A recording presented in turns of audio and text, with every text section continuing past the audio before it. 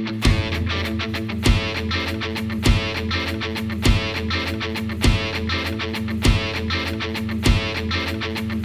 what's up, guys? I'm Steve. Ryan. We are in a band called Steven Snyder and Last Call. He's the Steven Snyder. I am. Look at that. I'm in Last Call. So what Ryan and I wanted to do with this series of videos was to give you guys like a look into what it's like to be in a band having adult responsibilities. Yeah, we both have day jobs, but everybody in our band has day jobs. We have kids. Most of us have kids. Kids, spouses, most of us, I think all of us have spouses, right? Pretty We're much, all married? yeah. Believe so. I think we're all married. I feel like we should know our bandmates better than having to considering guess that I'm married to one of them. But yeah, so we wanted to just kind of give you guys some insight and then create some content, because in today's day and age, it's not enough to make music. You have to feed the content overlords. Feed the beast. Feed the beast, which we've been terrible about. So this is hopefully we're turning a new leaf. We're going to tell you about what it's like to be a working musician. Not working musician in the fact of we do this for a living, but we do it for the sake of we love music, and it's what drives us, even though we have other things that pay the bills. All right, so what we're going to talk about today is going to be being in a local, smaller band, and it being an original band. So you're recording, you're releasing music, playing some shows, rehearsals, that kind of thing. Well, we wanted to start with, I'm going to tell you a little bit about our band. So again, the band's Steven Snyder and Last Call. So during the pandemic, like all of you guys, I had so much time on my hands, and I tend to write a lot of music. I demoed out a bunch of songs. I think it was 4 or 5 songs total, and was like, all right, I'm gonna record these myself. And I think I was bouncing ideas off of you at the time. Ryan's kind of like my sounding board. Ryan and Kim, who's is one of the singers in the band. I would bounce ideas off of them and be like, hey, is this any good? Right. Because sometimes when you're by yourself, you don't know. You think everything you write is great or everything you write is crap. You don't really. You need somebody else there to kind of give you some sanity, I guess. Yeah. And so I realized really quickly that a year into taking drum lessons that I was not a good drummer. But I realized really quickly, like, I've got to find a drummer. So there was a guy around town that had played in a bunch of cover bands, David Landrum. And I'd always thought David was like, the bee's knees. Yeah, he's an incredible drummer. Yeah, we're very lucky. So I said something to David, like, hey, man, I've got these demos. I want to go to a studio. I'll pay for everything. I just want to record these songs. So he agreed. We had like 2 practices, like was all we had. And then we went into the studio, and David, I think he did like 2 takes on every song and had it. And then I did everything else. So there was slide guitar, there was, multiple guitar tracks, bass, multiple vocals. And David and you both did some backing vocals on that EP. Yeah, I think you played a little bit of keys on it too. I did play some keys on it, yeah. So I kind of did everything, and that was the intent was, when I went into that, it was supposed to just be, I'm just going to record. And that's where I saw my future as a musician was I'm just going to write songs and I'm going to record. And if Ryan's available, I'll get him to come play on one song. And if, another buddy's available, I'll just kind of get people rotating in and out. And I remember vividly, we were recording at Soul Shaker Studios, which is a local studio here in Richmond. And the guy who owns the place and David were both like, so when are we playing out? When are you guys playing this out? And I was like, we can't play. We're a 2-piece. I can't play this stuff out. And both of those guys were like, you have to play it out. And I was like, ah. And for those of you watching, I do not enjoy playing out. I don't like it. I find it to be really stressful. It gives me a lot of anxiety. So everybody, the guys that I was playing with, which is just David at that point, he really wants to play out. And so we finished the album. I did the vocals and a lot of the overdubs here in this studio, right, with Ryan. and we put it out, and then I pieced together a band. I started off with a couple guys that I've been playing with forever. Brett Fisher. I've been playing with Brett for over a decade, constantly in bands. And then Adam Bateman. And Adam I'd started playing with probably 6 or 7 years ago in a Foo Fighters cover band. And they're both super solid. So I asked them if they wanted to be involved in it.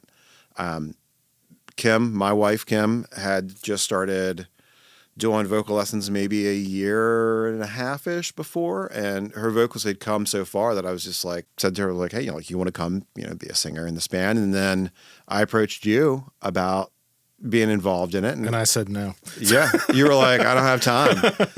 I think I played on like one song. We had you come in and play on Shadows. Shadows, yeah. I think that was the first one. And then And to me, I was like, that's it. Like, this is the deal. And then you were like, I don't really have time. I don't know where I fit in. Right. And then at some point, one of us had the idea of sax. It might have been you. Yeah, no, so my original instrument is saxophone. That's what I started out playing in elementary school, and actually played that in a band when I was in my late teens. That ska punk was big in the late 90s, and the funny part about that is Adam was in that band, our bass player. You guys were babies. We were, he was like 17, I was like 19, and we, played with a lot of the big ska bands of the time, and thought we were gonna be rock stars and all that, and then reality hit. But I had put saxophone down after that band had broken up in I think it was like 99 is when they broke up, and hadn't picked it up for literally like 25 years, and just kind of got a bug like a year and a half ago to like, hey, I want to pick this up again.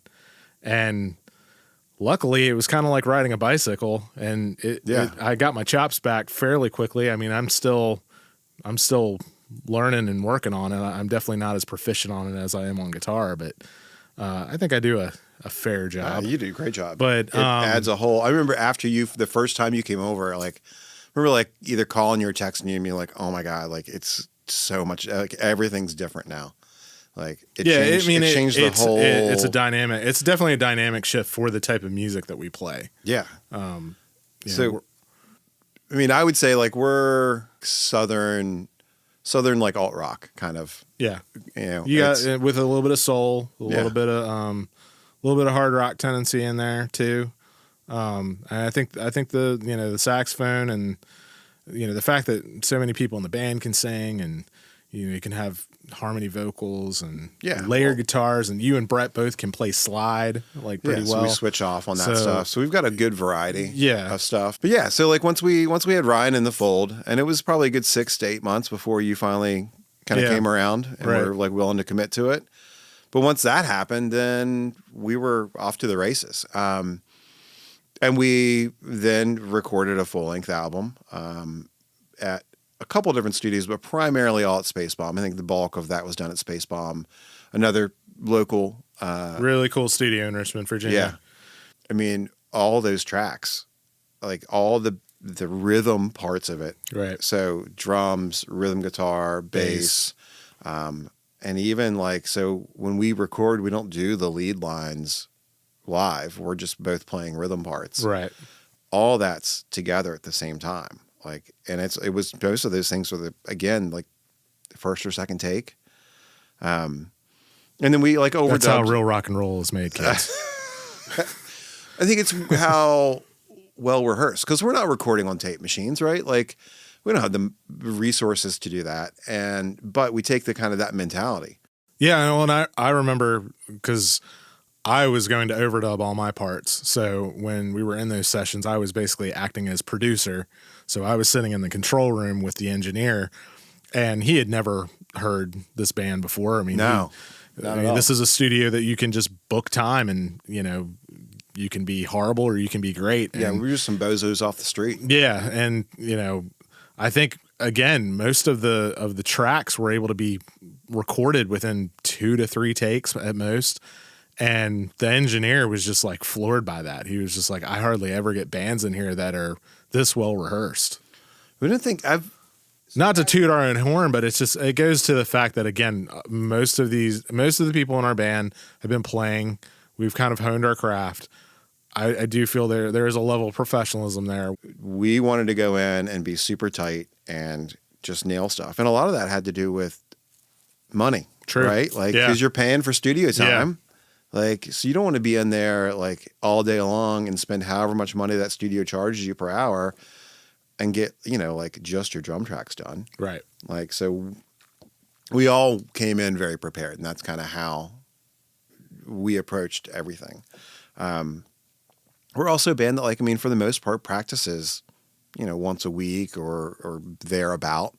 Especially if we've got something coming up, we're going to be prepared and ready. True. So I think that's the holdover from like coming up in like the 80s and 90s.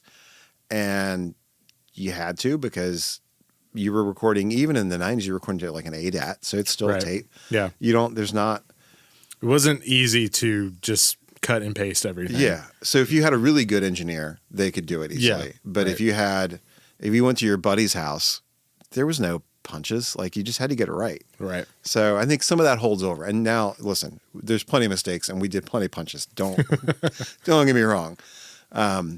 We get this album done, we put it out, which brings us to the wonderful world of streaming. Which I think that's the word of the day, right? Like, every time we say streaming, this was Kim's idea. Every time we say the word streaming, we have to take a drink. Because I need an excuse to take more drinks. So we put it out. So we put this album out on streaming through a service called Disrtokid. And I'd released stuff through Disrtokid, and I really liked, they had a feature called Wheel of Playlist. So you like spin this virtual wheel, it puts you on one of their playlists at a certain ranking. And just maybe get your song heard by somebody who would never have heard of you before. The way we work it in my band, or in this band, is that I also play solo acoustic gigs. And so the money that I make off of playing gigs goes into paying for this band. So that's how the band gets financed. The band just kind of is this self-sustaining thing. And I do that because I feel like, hey, my name's in it. So I've got kind of the last say as far as what's going to happen. You have the last call. I have the last call.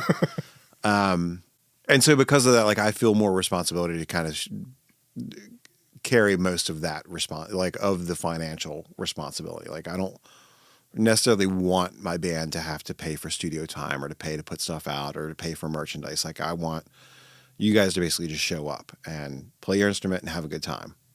So, but we had done a few things. I'd done TuneCore before release, because I'd released the EP as singles first.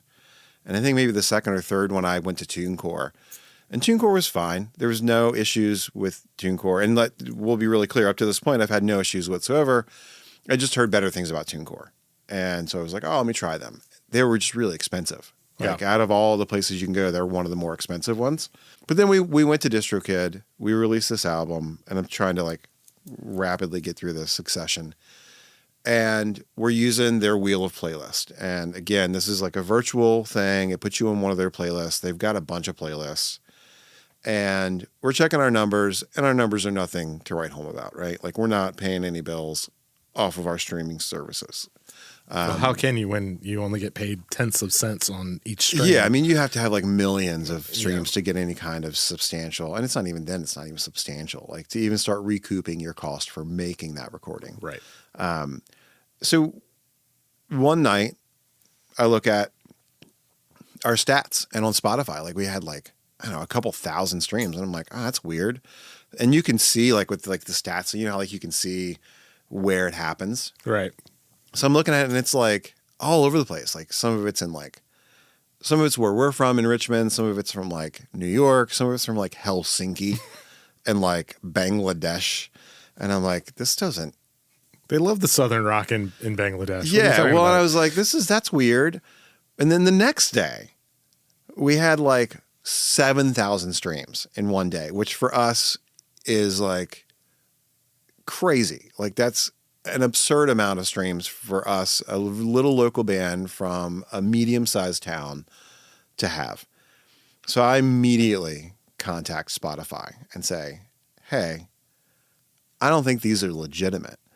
So the thing with Spotify, like is that if you get picked up or if you pay for promotion, so if you pay for promotion, what that typically means is you pay a company, they put your song on a playlist that's typically bot driven. Sometimes they're legit, but I would say 99% of the time it's bots. The whole point of this thing is just to get you streams, right? Like get you a bunch of streams. Well, it doesn't matter if it's a bot listening to your song. Like you could have 10,000 streams unless you're just after the revenue, right? Right. And that's not our goal. So we tell Spotify, and I'm told by Spotify, they look it up. They're like, oh no, like this is a legitimate playlist. Don't worry about it. Everything's cool. And so I don't. Like, I'm like, all right, great. So as I see, and you can see what playlists are coming from. So I'm seeing that like it's all these streams are coming from this playlist. And about 2 or 3 weeks later, get the email from DistroKid. Yep. Get an email. Your account has been flagged for being on a bot playlist. And I think they were pulling the entire album down because we didn't have the song that had been on Wheel of Playlist. It was part of an album. Was part of the album.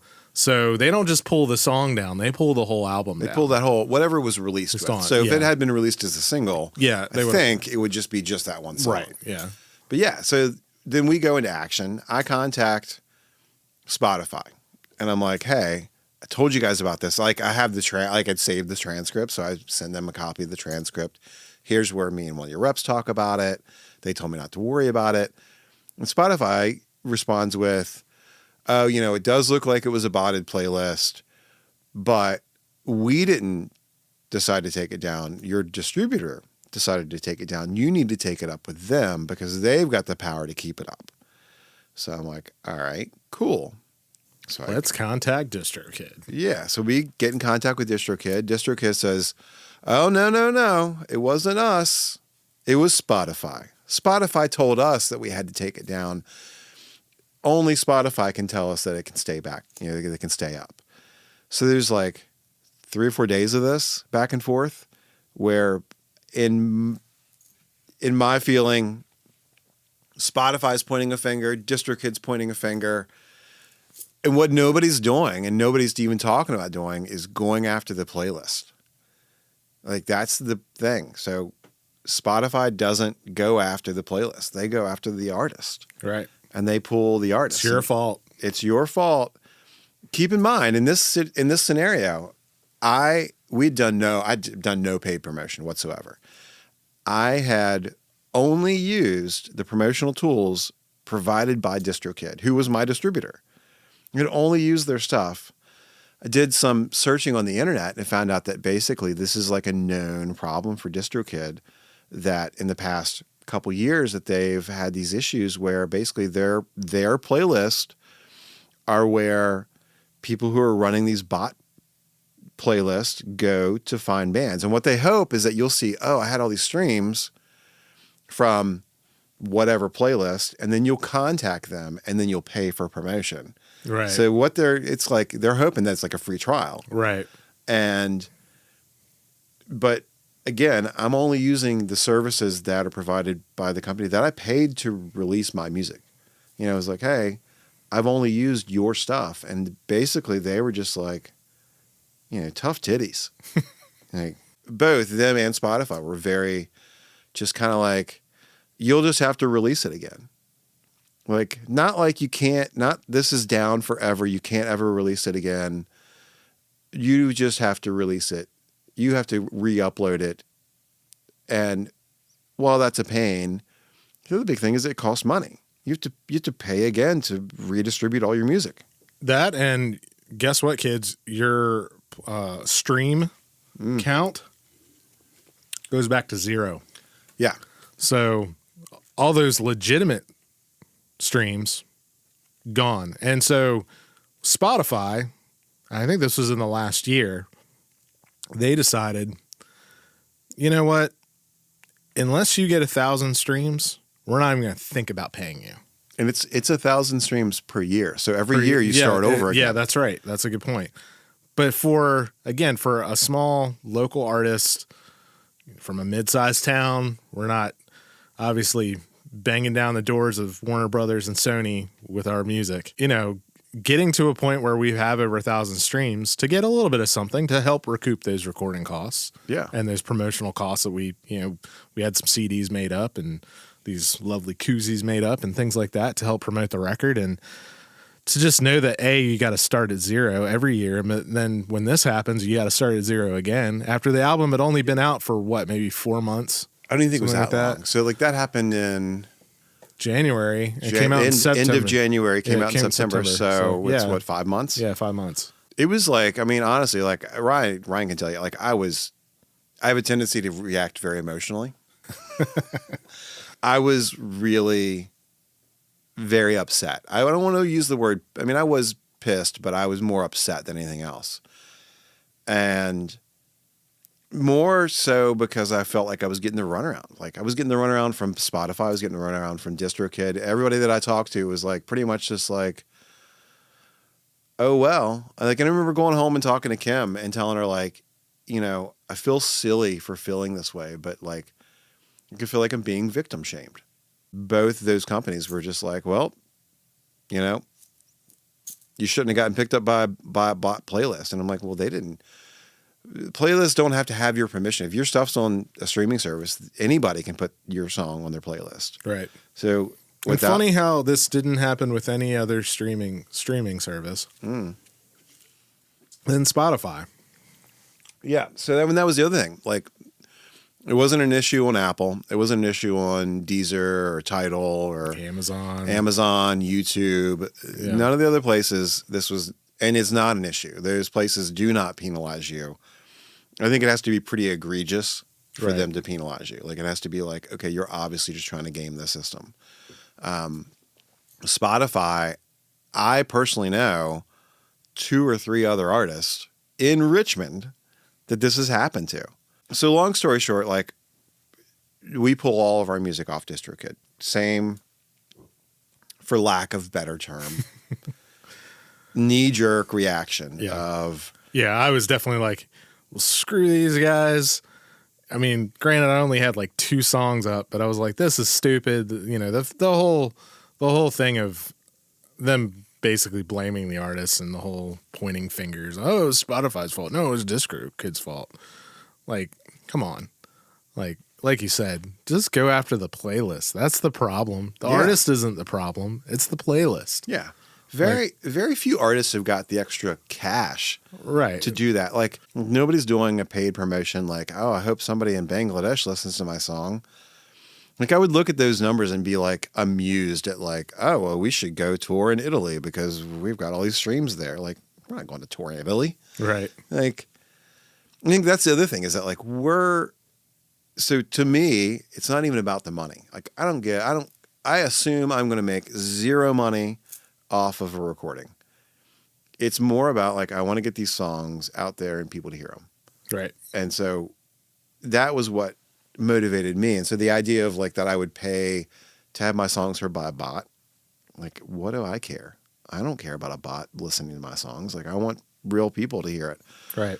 It's a passion. It's a passion project. I mean, releasing original music, I feel, especially at our age, we're not going to be going out. We're not getting in a van and going on tour. No. We're not, out there gunning on the streets trying to sell CDs out of the back of our car. No, we're not, that's not the plan. We're not trying to go walk on the doorsteps at Capitol Records and try to get a record deal. Like, all the feedback we got from family and friends when we put that record out was great. They were like, "This is really good." Like, yeah, which is people what we really wanted. enjoyed it, and they were like, and hey, it's got a familiar sound, but it's got an interesting sound. It's not like everything you hear. Yeah, and that to me was like very gratifying. That like we kind of were carving a little niche for ourselves. You can hear our influences, but it's not like we sound like a copycat of another band. Yeah, we sounded like us. I do want my music to get out there, and I do want people to hear it, and for it to be pulled down off of streaming. Ooh. It was a major blow. So we were like, "Screw you, Disrtokid, we're out."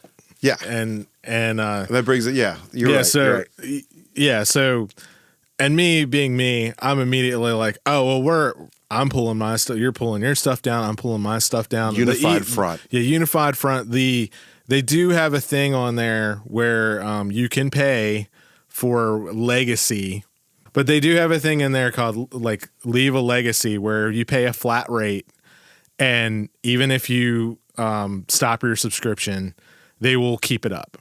And as part of the record label, we decided anybody that, outside of our band that, puts out a full length or an EP, we will do that to basically cover them in case something happens. Yeah. In case you and I die in a car crash, Yeah, their yeah. stuff will not get taken Yanked down, down. if the subscription were to stop. So the singer-songwriter that we did the EP with, he was safe. And we were like, we're not going to take his stuff down. Yeah, we're gonna he's leave good. his stuff alone. He's good. We had also done that for the album though, too. We'd done the Leave a Legacy for the album, but when they pulled everything down off of everything. So we knew that it was off of Spotify, right?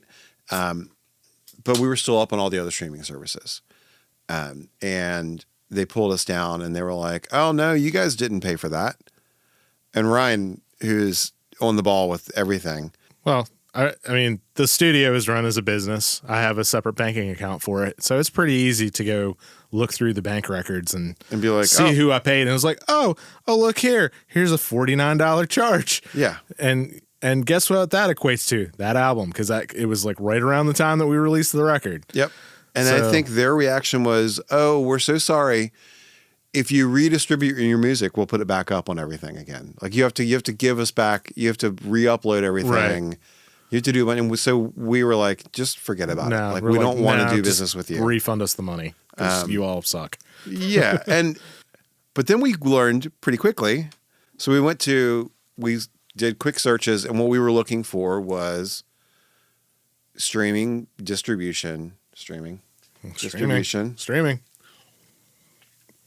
Without the subscription. Yeah. We wanted a flat fee, put it up, set it and forget it. I don't want to worry about it anymore. Because TuneCore's a subscription, Distrokid's a subscription. Everybody. Yeah, almost all of them. There's got to be over a dozen of these platforms like this, at least. Countless. But there's probably a dozen major ones. Right. Yeah. So you've got TuneCore, the subscription, Symphonic is subscription, Distrokid is subscription with the option to pay more to have the Leave a Legacy. Right. CD Baby is a one-time fee. True. Sounddrop's a one-time fee. I think SoundCloud's now in the distribution game, but theirs is a subscription. Of course. So all like the major players are these. Basically, you have to pay every year. Yeah. And I've got friends who pay thousands of dollars a year to keep their music on streaming services because they have so much music out. They have so many releases out that it's literally thousands of dollars in streaming services that they have to pay to keep their music up. And the whole idea of like a subscription service that I have to pay every year. Well, what happens if like I lose my job tomorrow and I can't afford to do that next year? And just my whole, everything that I've created just goes away. Yes. Because I don't have $20. Yeah, there is no money in selling records anymore because there's nothing physical. So which brings you to the flip side, which is you've got these places like Spotify and Apple and other streaming services. That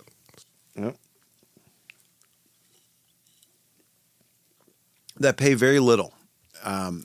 So there's really not any money to really be made in that kind of business model. And the idea that you put your stuff out, you pay all this money, you put it out. So now we've put a bunch of money. We've given these companies a bunch of money for the streaming services. This is going to get real messy real quick. The flip side of that is that then the fan, the consumer, you pay the streaming service every month for something you never own. So if you quit paying every month, well, you don't have any. It's not like, oh, I've got the CD collection or I've got this Vinyl collection, or even if go even closer to that, I've got this iTunes library. True. Yeah. Like, because you owned it. You owned the iTunes library. Like, your music that either you uploaded from the CDs you bought or burned. Piracy. Yeah, it was a thing.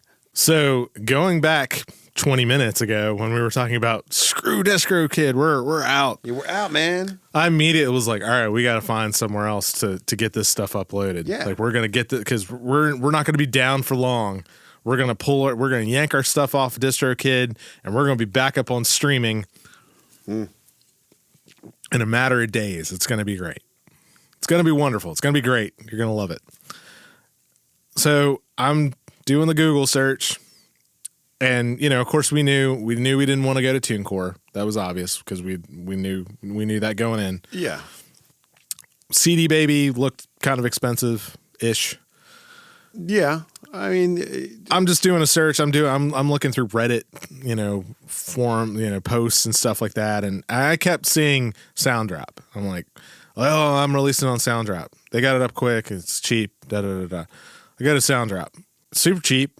It's like 99 cents a song. yeah, it's stupid, and that's a one-time fee. One-time fee. Now they do take they take a percentage of your royalties. Once like it's like 15%. Yeah, it's like 15%. So the deal with Disrtokid is you're paying the subscription, and TuneCore as well. You're paying the subscription, but you get all your royalties. Yeah. So if you do actually make any money, it pays for itself. That's the whole point. That's the whole point of like, but you whereas don't make money. Sounddrop is like, no, it's super cheap. It's going to be $1 a song or whatever. But we're going to take a little cut of that, but it's up forever. You don't have to worry. It's one-time fee, da, da, da, da. And they had another thing on there. It was like, oh, if you're uploading a cover song or a version of a cover song, they will also, that's also 99 cents, and they cover all the sync licensing or all the licensing fees, which I try to put like a Christmas song out almost every year. And unless I want to be playing like Hark the Herald Angels or whatever, like one of like the old hymnal Christmas songs, I'm going to have to pay for publishing, to pay the person that wrote the song, their money, which is fine. But this was like, oh, it's 99 cents and it's going to take care of all that. And I'm like, well, that's cool. This is great. Let me keep looking at how great this is going to be. Oh, they're going to get it up in 7 to 10 business days. Okay, that's fair. That's cool. The big one though, was some blurb about support from humans.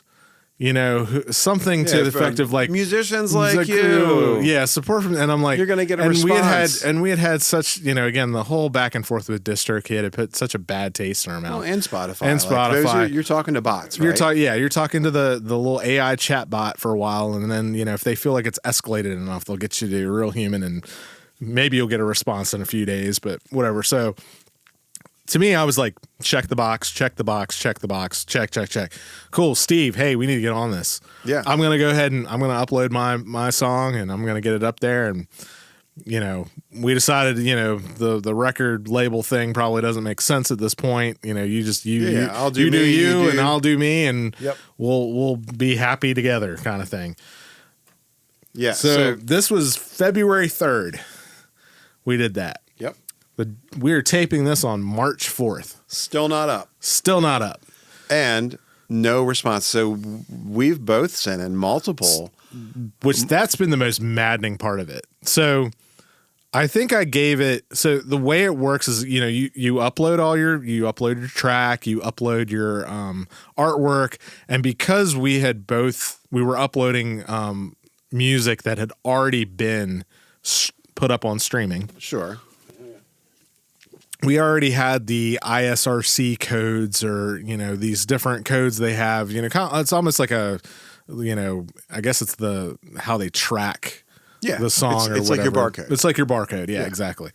So we already had all that, and you upload all that stuff, and of course you can put like what's your release date? Because most of these places, most of the time, you are going to put the release date to be in the future. Yeah, but you put all this stuff, but we were like, here you go. We want it immediately up. do it. You can immediately put it up because we've already released this stuff before. We just want it back up, and we're good to go.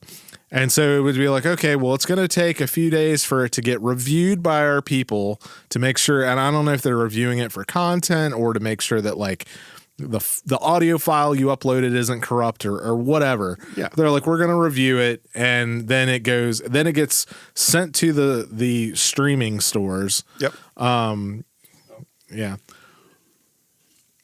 And then we'll notify you along the way, and you can, click on the web on different pages and we'll show you, what's going on.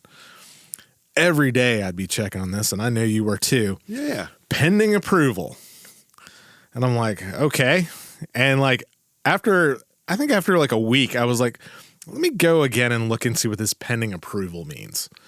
And it's the first stage where they're checking your stuff. Like they're making sure that like the artwork is at the right size or, resolution, that your audio file is not corrupt or that it's the right bit depth or whatever. They're checking all the crap. They're checking all the stuff. But we already knew that all that stuff was good. Yeah, because we had it up before. And so like, all right. So then I think it got to like the 10th day. No, it was day 14. Was it day 14? Okay. Business day 14. Yeah. So not 2 weeks, but business day 14. We're like, all right, like what's going on? So then we both start reaching out, and we're just getting their chat bot. Yeah. And the chat bot's like, oh, it sounds like you have a problem. I'm like, yeah, no shit, man. Like, and so then if you chat with the bot enough, it's like you need a person. Well, and the thing I remember doing is like I told the chat bot will be like, well, we think we should get you in touch with a human. We'll get your, Okay, and then I think I sent them an email, and I think I even like screenshotted the hey, we've got real people working on your stuff, and I screenshot, and I was like, yeah, this is kind of the fact that I have not had any kind of response from an actual human is a little disturbing. I don't know if I'm gonna really decide if I want to use your service again. Immediately, within like minutes, we've applied a case number to it. We're going to get you to a real person. How far did that case number get you? So waited a couple days, emailed them again, got another response, different case number. Yeah. Then the interesting thing with that was got a response from that, again, the automated response, from CD Baby. Because they're owned by CD Baby. Sounddrop is owned by CD Baby. Or affiliated in some sort. The parent company. Yeah. So it almost seems like Sounddrop is this like lower level. I'm trying to think low cost. They're the Mercury to CD Baby's Ford. Yeah. Which again, I'm making all the references that date me. Like they're the low cost version. They're the Toyota to the Lexus. But yeah, so like that's the thing is that we both are reaching out, and I think I'm up to like 4 or 5 different ticket numbers now, and I've got at this point kind of given up. Like, and we're still pending approval. Yeah. We're still I check it. I check it every day. Status has not changed to the point now where I'm like, well, I guess I'm just going to have to pay the subscription fee to release my music and pay $20 a year to release my music, and that really doesn't sit well with me. So now I'm like, okay, well, do we just leave it up? Do we leave? If it takes them another 2 months, whatever, let them do their thing. Yeah, which for me, it's one song for me, but it's the whole album. Yeah, and it's this album that, and again, with me, it's 2 albums. I have no money. Like, I produce the song in my studio. I don't have the money invested like you do. It's not even about that though. Like you have a creative content that you want to get out there. And to me, like the band's getting ready to go into the studio again this summer to record another EP or album, however that shakes out, to record more. I'm getting ready to gear up. I've got a solo show in a couple weeks. And when I'm at those solo shows, like I have a QR code that's like plugging. I have original music. And Go I check do it too. out. Yeah, and now I'm like, what is that even taking people to? Like, it's taking Right. them to nothing. Like, it takes them to an artist page, right with no content. Yeah. No, I'm with you on It does that. nothing. Because I also do solo shows, and I usually actually play the one song that I had up at those solo shows, and usually would play like, hey, click on the QR code and you can go listen to it. Can't do that anymore unless you're on Bandcamp. I was gonna. That's exactly where I was going next. Was like, so I guess to wrap it all up is I would strongly advise do not use SoundDrop. Pay a little bit extra, but they're not ready for prime time.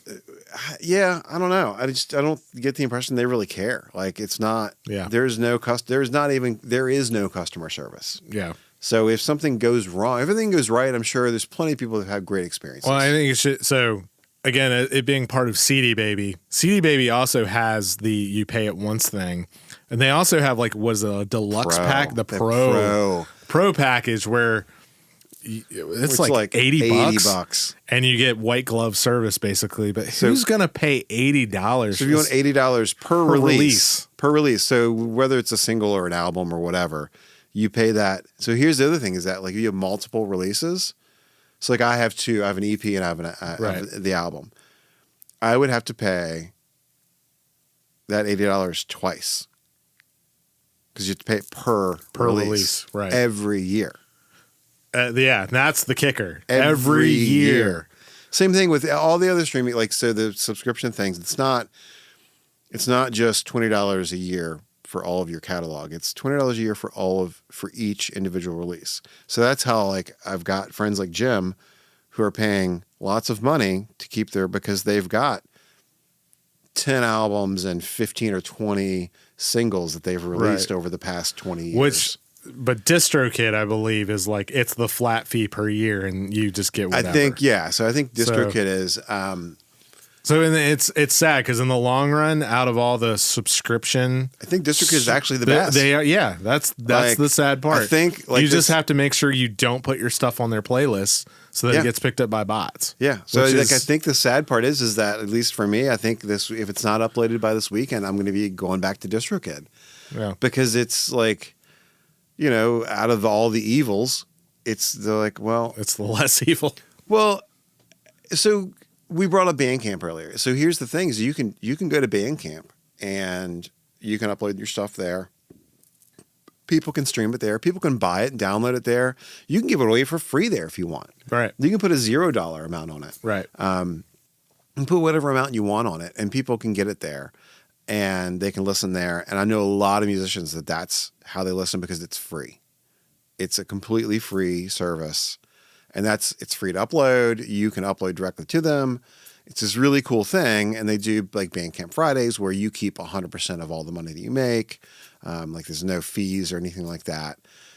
So it's a really good resource for bands. And I think like if you really wanted to like do this as indie as possible, you would only have your stuff up on Bandcamp or SoundCloud or something like that. And it would be like, hey, go listen to it. But you can't listen to that on Spotify. Like, right. You can't listen to it on Apple Music. Music.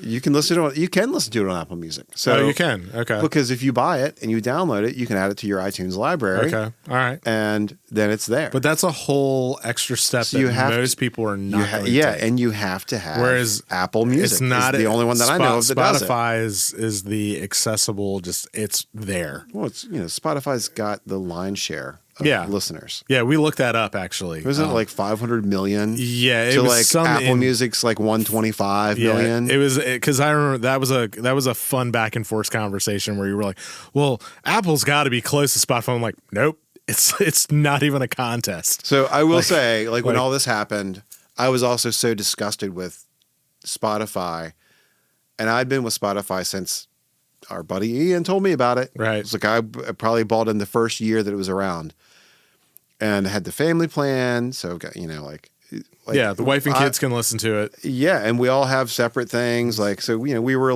whatever their top tier level is. Yeah, that's what I'm where we were at. Yeah. And I immediately was like, canceling this. We're going to Apple Music. Went to Apple Music. It's fine. Like there's lots of cool features that I like that I don't know if the normal person would like. I don't know that like Kim likes it better or not. Right. To me, there's a lot more content and it's a lot more intuitive. But one of the big things I like is that I could go to Bandcamp and I could buy your album and I could download it to my library and now I can listen to it. When I'm making demos, I can demo something in Logic, bounce it to an MP3, it uploads to my library. I can listen to my demo in the car or whatever. Like I've got access to it along with everything else in my library. Right. So there's lots of like good things, but it's like, how do you is there a way? So maybe that's what you guys tell us. Is there a way around it? Like short of going back to the old, I'm going to sell you a physical copy of my album, which I'm going to have to charge you money for because I paid money for it. Right. Even if I just try to recoup the cost of the physical copy, because it's like the cost of the CD, Right. which we did. Like we've got CDs, and the way we price the CDs actually is ours is just donation based. Right. Like give us whatever you want. Yeah. But we paid a couple bucks per CD for those, which isn't a crazy amount. No. But you don't want to just throw that away. Right. And you don't want a box of CDs just sitting collecting dust. No, not at all. Like, so like, how do you do it? Like, so like if you guys out there, would you go to Bandcamp and upload it to your iTunes thing? Or would you go to, if it was a band, if you met a band and the only place their stuff was on SoundCloud, or it was only on, let's say a free service, like let's not put money behind it. You got to get a subscription. It's on a free service. And that's the only place it is. It's not on the major guys. It's not on Apple. It's not on Spotify. It's not on Tidal. It's not on Deezer. It's only on like these like kind of lower levels. Like, would you listen to it, and would you listen to it multiple times? Because I think most people would go listen once, at least, because they'd be like, oh, that band was great. And then I think you'd forget about it. yeah. Like, and not out of malice. I think you just would forget. Like you would be on Spotify and forget. Right. Yeah. You're like, oh man, that, that great band that I saw Friday night at my local bar they've got an album out. I really liked it. You would just forget about it. It would just. Well, you'd forget about it, and you'd also be kind of like, well, I could go try to hunt and find that and listen to it on that thing. Or I could just pull up my Spotify account and listen to something on Spotify. Oh, that's what I'm going to do. Yeah. So how, like, I think that's the big question that I have is like how, from a musician point of view, an artist point of view, like how do I retain some sort of integrity and then still get my music out there for people to listen to? And maybe this is another episode of like, should that even be a concern of an artist? That's true. Yeah. So do you think we should wrap up here? We've been talking for a long time. Yeah. Like, yeah. Yeah. We're going to definitely have to do some editing. Yeah. We'll see that on the flip side. But yeah, I mean, I'm still very up in the air about like what I'm going to do. Cause that's, one of my plans this year is to release some more of my own songs. Yeah. And I've got some other collaborations I've kind of got planned. And obviously we have the new Last Call EP or record we're going to work on. And it's just, I feel like it's so in limbo. It's kind of deflating. Not kind of just being in that weird zone where it's like, and again, I know I never had a ton of streams when I had my song up, and it was out for, like 2 years before I took it down.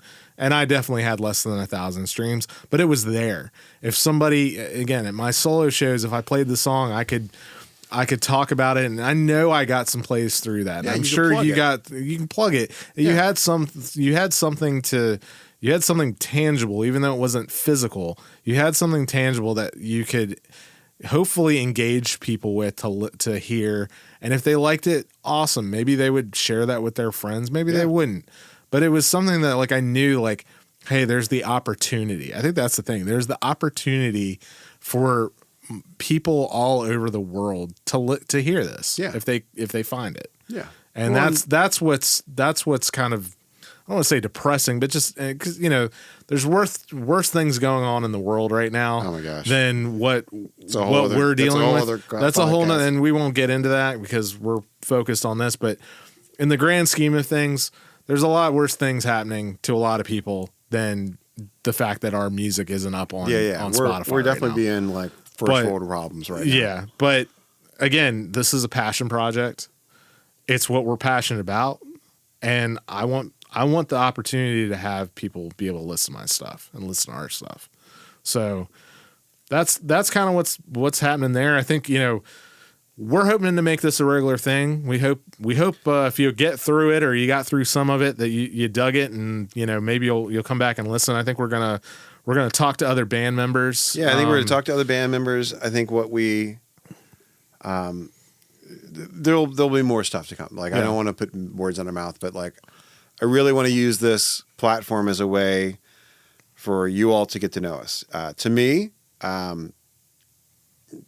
the digital format is the way that like I can communicate to you. I think we've even talked about like putting up like live performances or documenting the next time we go in the studio, just kind of having like a little short documentary film that we can put out. And again, it's just so that people are able to say like, that's what you guys have been up to. Cool. Even if it's just our friends and family, like cool. Yeah. Like I think it's just, to me, like that's the way that like I would want to consume stuff. So we'll see what the future holds. We will see everybody on the flip side. I've got a lot of editing to do. Yeah. So make sure you subscribe. This is going to be on YouTube. So subscribe to the YouTube channel. I'm going to have it up on my Substack as well. And we'll see you in hopefully a few weeks. Yeah. All right. Later.